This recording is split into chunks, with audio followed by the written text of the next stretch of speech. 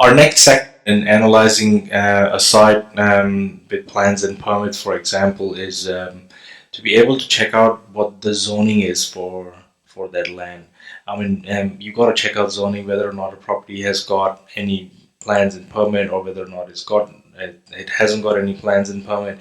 You must check out what the zoning is, because there are certain overlays and there are certain zones where council will put extra regulations or extra stipulations that have to be met for you to be able to actually carry on a development in that area. So I've got these sites open. I couldn't find anything for New South Wales. I'm sure there has to be a site where you can actually go and check out the zoning for a particular block of land. I am not familiar with New South Wales as much. I've got a site for Brisbane, but I'm pretty sure if you call your council and just ask your council or a town planner or someone you know in New South Wales, they would be able to give you a website that you can just go and put in the zoning in it. So let's look at. But I found this article on your investment property mag, and I'm just going to copy, and it's already here, so you can actually read about it. Um, I'll just put extra information that you can have a look. This talks about how do different councils decide what zoning is applicable, what are the most common zoning investors need to know about, which is exactly what we are talking about. So I just didn't bother to actually put the same material in the course, but I will actually go through them and explain them to you. Residential, commercial, industrial, agriculture. I'm not familiar with these three, but because I primarily operate under residential, but that doesn't mean that you can't actually undertake a development that's got commercial zoning or industrial zoning. Though it only means is that no one can specialize in that, and as a developer, you've got to manage all these different professionals. And what you need to do is, if you come across a development and you have to do that, you hire a town planner, and the town planner takes care of it. But you need to know just enough, because when you're doing your own research, your own due diligence into a block of land, you should know what these mean and whether or not you should spend any more time. This is basically for you to determine whether or not you should move forward. And if you don't know that, you might let a really good opportunity pass by and just not know about it. So get the information, know about it. So you can go through this article. It talks about what initially Victoria had all these different kinds of zoning, and what they're doing now is actually simplifying it. And a lot of councils have already started following it. Some are actually in the pipeline. So eventually, we will be left with all these kind of zones, and all the other older zones are actually going to start fading away. But this is the same map. I always have it open anytime I'm doing the research. Once I've created this map, um, I actually couldn't find anything. I couldn't find the 9 Helen Court address on this address on Victoria's planning website. So what I'm going to do is just to show you. I'm going to find a property that's close by. So say for example, this is right next to it. Let's close that. The address is 5 Telford Drive in Berwick. And let's go here.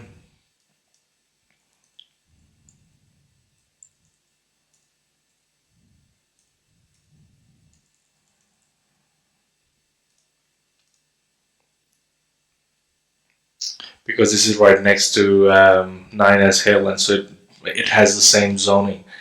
9S Halen Court doesn't come up when I search here sometimes, maybe because it's a big parcel of land and it's currently being subdivided.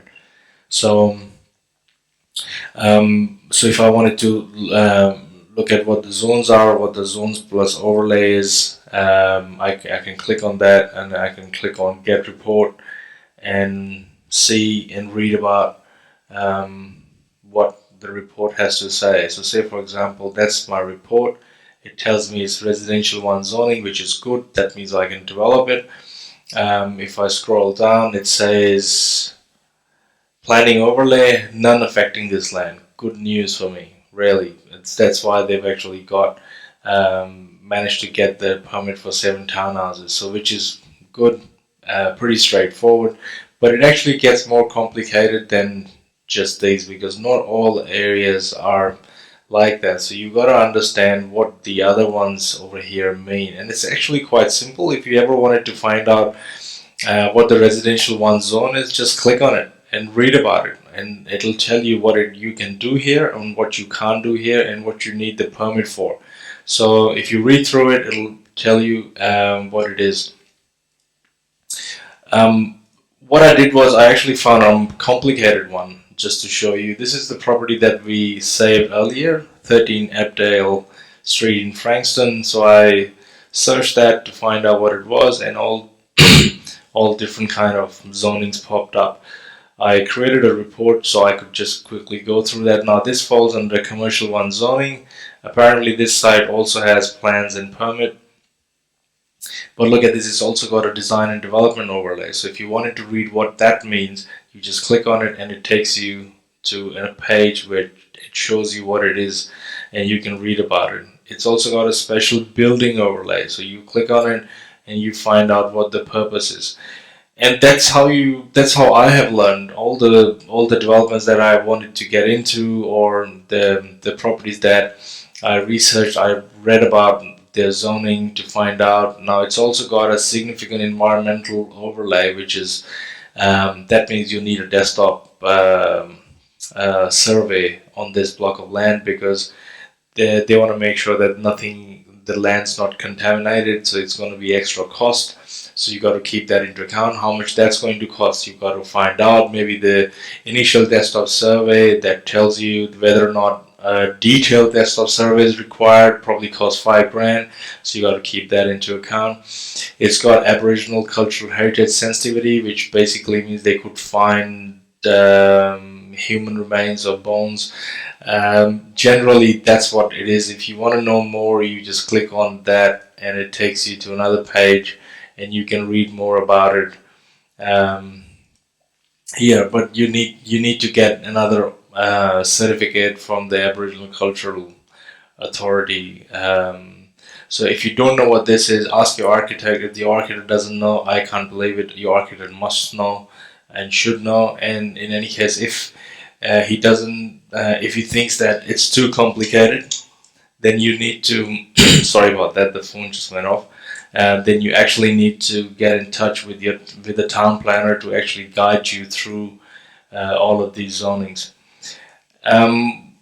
There's one zoning that I always look at, and especially if there's a lot of vegetation on the block, and in Victoria you come across some sites that have vegetation on the block, and if that particular block falls under vegetation protection overlay, I don't want to get into that deal. The main reason is the council's not going to allow me to get rid of the trees, especially if they are above a certain diameter. Then you've got to get an arborist report, and it just gets complicated. It would cause delays, so make sure you find a clear-cut site that you can get into.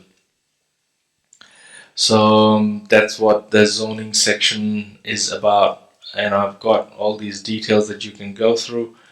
And if you want to find out more in your state, you got to find details. For example, this is Brisbane City Council website, and they even show you how to use the city plan. And then there are you can find the zonings. And Brisbane is famous for a lot of overland flow and flooding zones.